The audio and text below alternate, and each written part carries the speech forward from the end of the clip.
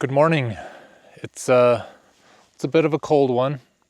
Deserts are always like that though. I mean, it's the end of February. Technically this is winter camping.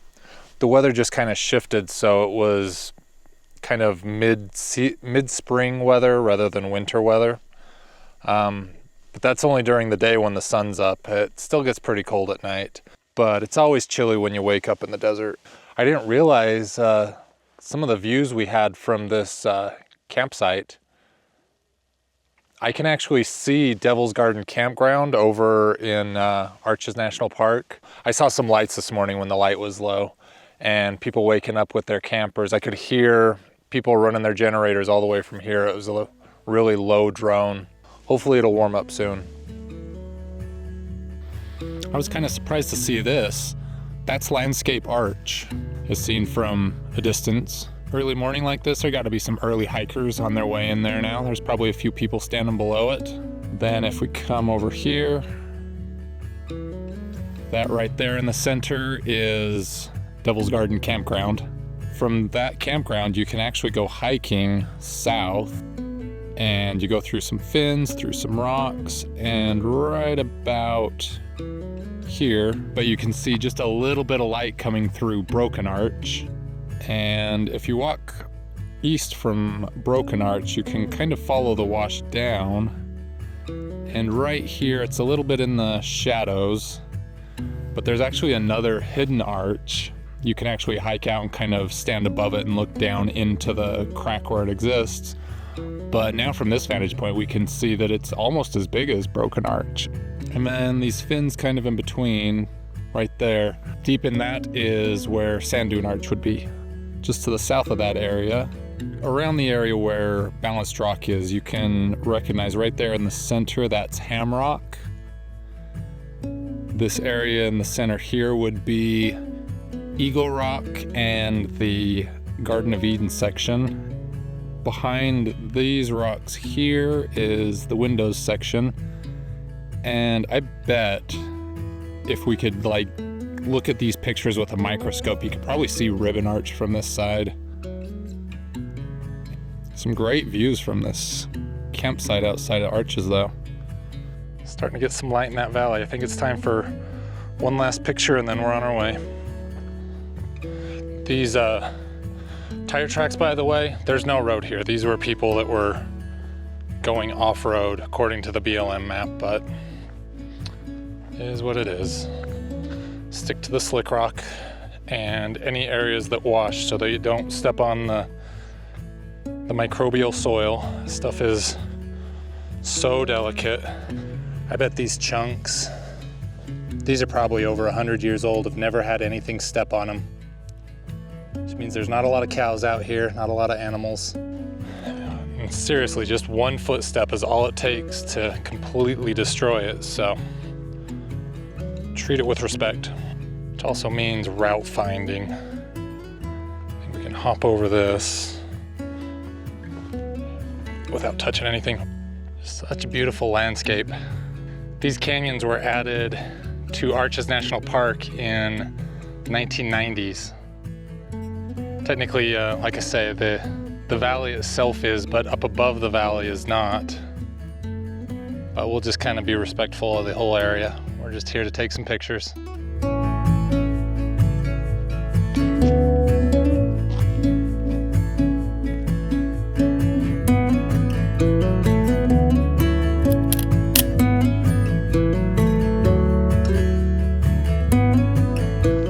That's an exciting drop-off.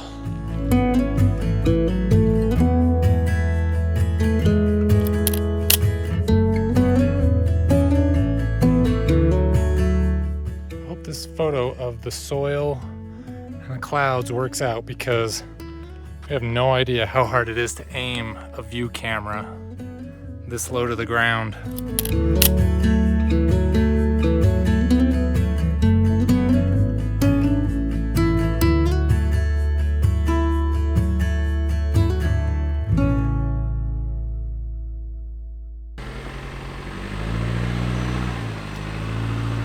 The trail from the campsite wasn't a tough trail, but I'm still new to the new truck and getting a feel for how it handles and what its clearances are.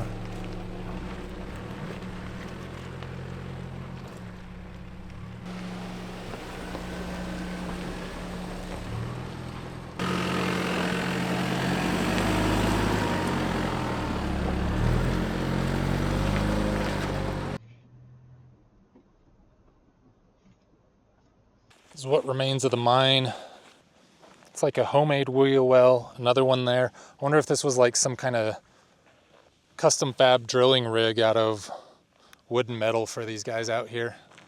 I believe the actual mining happened around the edge of this hill here. Yeah, you can see that's so obviously blasted and bulldozed open to get a vehicle through there.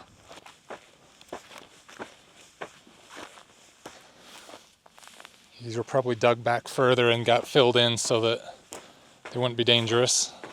Let's see what we got up to. 474. It's 474 clicks per minute, 2.8 microsieverts.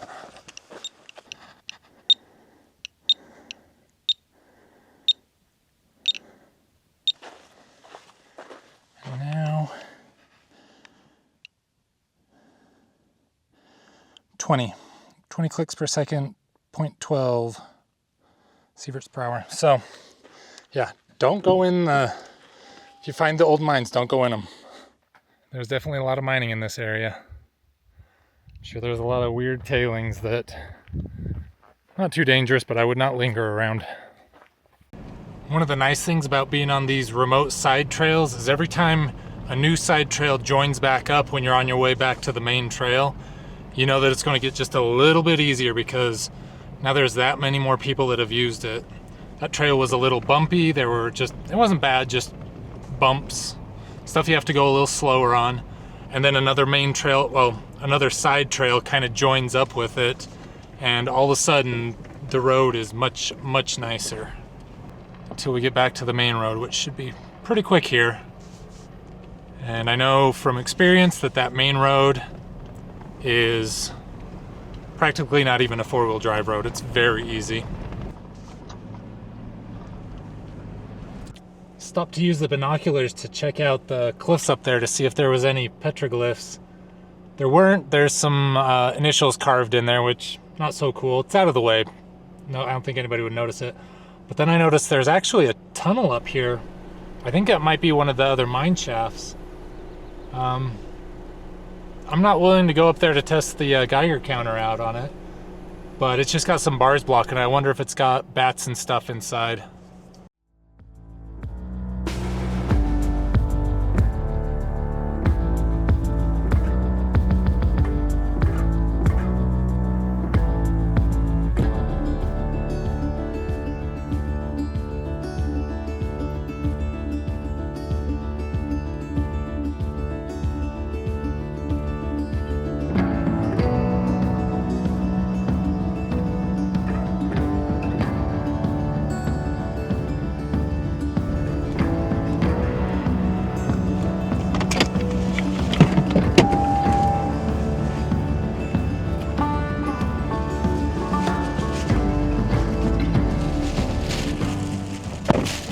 Hey, Jamal Green, I found one of your balloons. Happy birthday to somebody.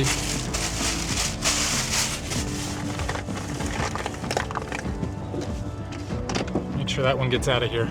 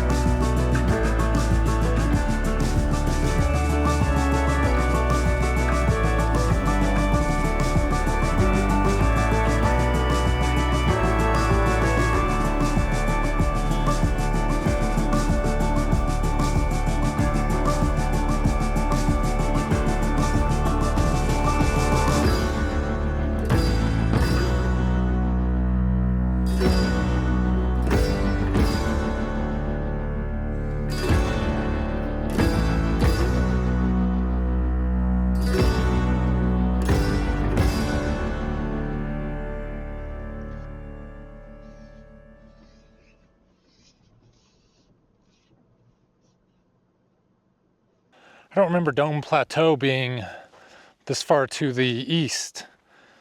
I thought it was more towards Castle Valley, but it's over here by Fisher Towers and Onion Creek. I also don't believe you're supposed to be able to drive out to it anymore. I think this is people just cutting trail where there shouldn't be any. The way that I came down almost a decade ago was around the side here. And there's definitely a thing blocking you off from going that way now. This way, people have kind of torn up that area and killed a few of the plants at the top to get through this. So I'm thinking probably not legit. It's quite the view. It's called Professor Valley, by the way. This whole area here. I don't know how it got that name, but that's it.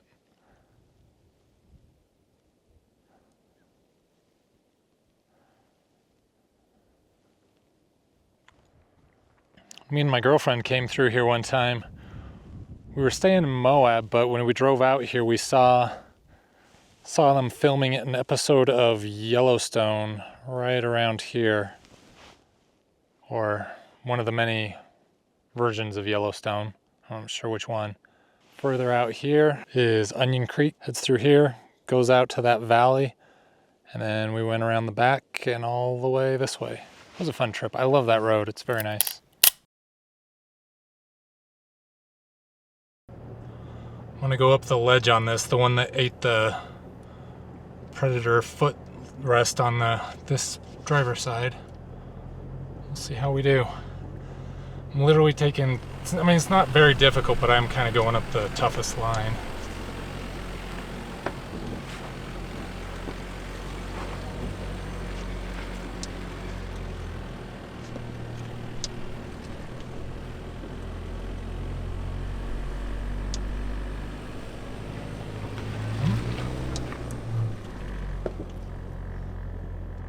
I like that.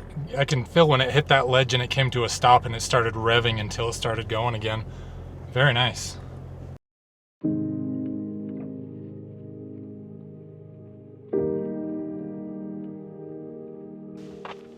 Here's the Boca Arch. Just a little one out here outside of arches. Kind of a weird pothole style arch. Just a fun little one. Good to crawl around, but we're just here to look at it real quick. There's like a little tree in that pothole right there. That's kind of cool.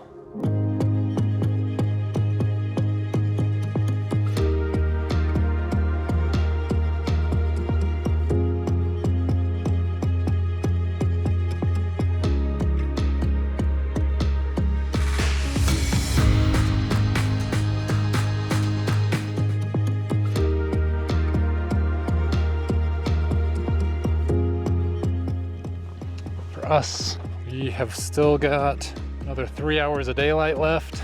I want to be out of here and on pavement before then. Still have to make the trek home tonight.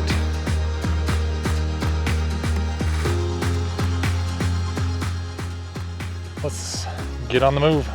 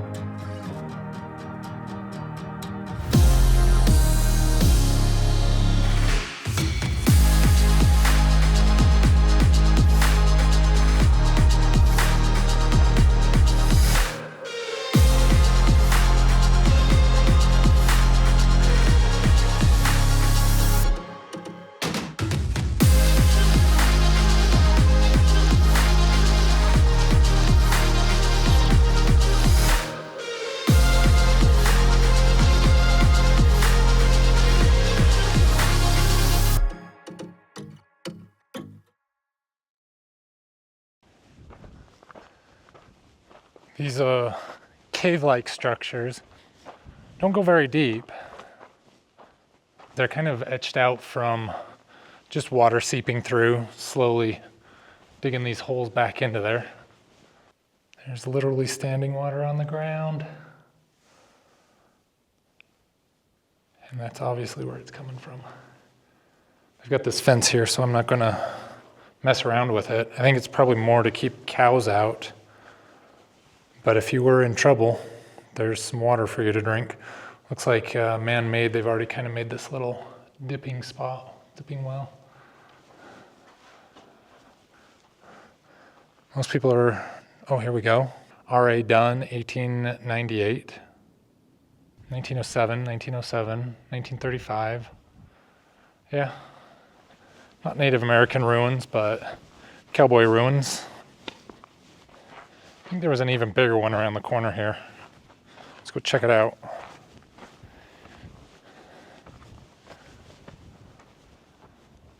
I don't think the screen gives a feel for how tall this is, but 2 or 3 stories just in these little mini arches here. Somebody shot this one up and tried to put their name in with bullets. Ooh, nice and cool. I mean, it's February, so I shouldn't need the cool, but oh, it feels nice.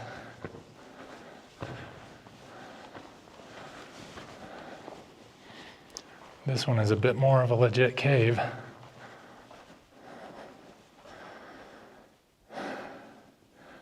I didn't bring a flashlight though, so I'm not going to venture too much more in. I can hear the water dripping though.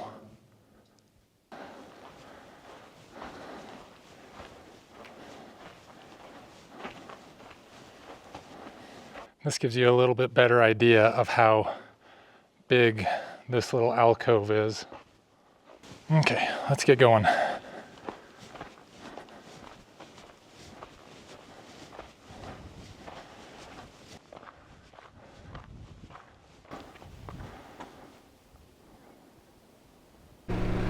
Look at that, 3 penguins just like in Arches.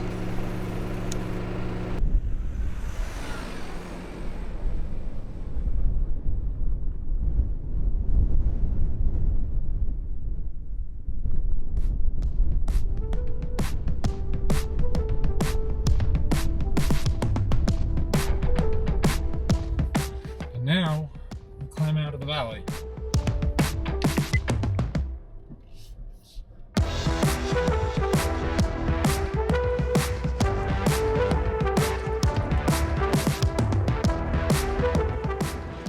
It looks nasty, but it's all slick rock and it's got good traction. This is the part that I'm a little worried about.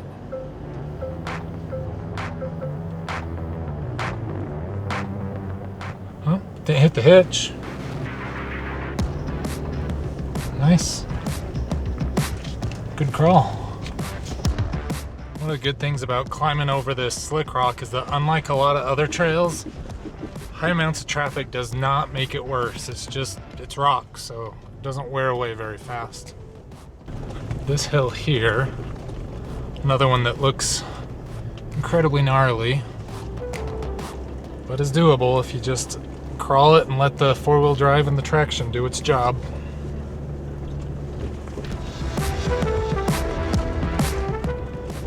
That one-handed, didn't touch once. We get up here, get on the regular trail, and it's easier from here.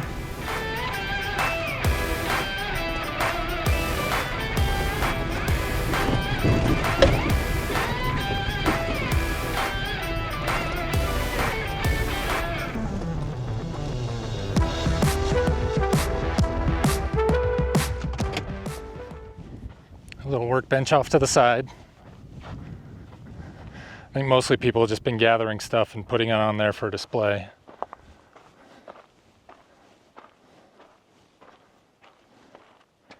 That wall's not holding up too well. Can you imagine sleeping in here?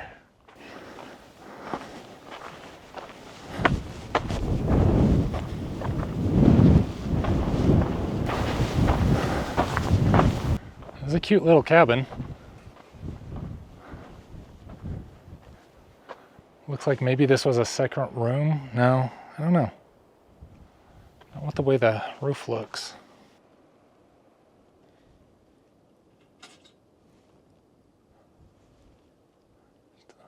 A few cans left on the cupboard and a mattress in the corner.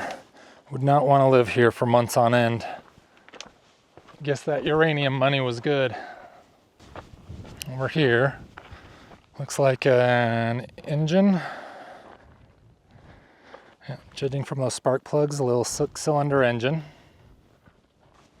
Over here is probably, oh wow, this tunnel's actually open. The other one's been sealed up. I haven't seen an open one yet. Although given what we've learned with the Geiger counter, I don't really want to press much deeper into there. Looks like it goes in and then curves. Look at those two big metal pieces holding the roof up there, holding up the roof. I bet you could get a small vehicle up down this. I wonder if that's how they went in and out. Beautiful view. Let's see if we can get some pictures and then see about being on our way.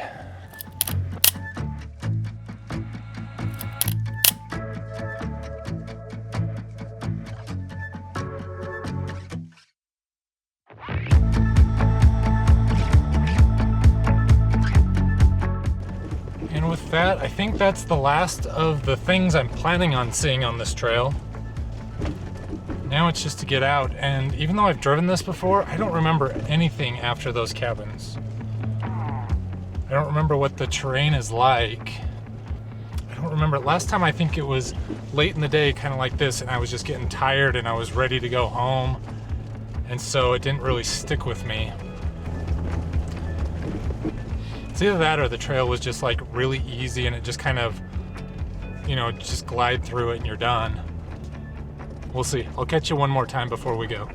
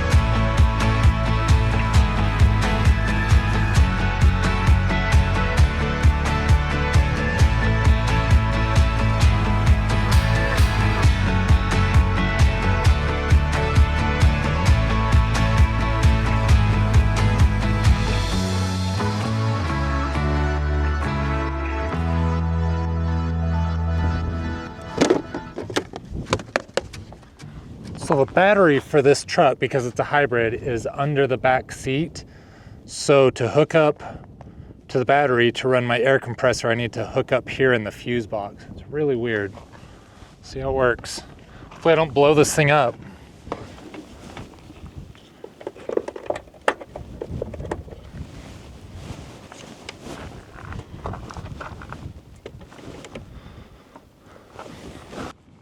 Start up the engine first so we don't kill the battery. I think it's good. So far nothing's blown up. Figure out why there's a gas smell on the back of the stupid stove, Coleman. Thanks for riding along with me. If you want to like and comment and subscribe and all that stuff, it'd be appreciated. And if you want a map of the trip and all the places we stopped, that will be on the Patreon and the YouTube membership. But thanks again for watching. If you made it this far, definitely thank you. Bye.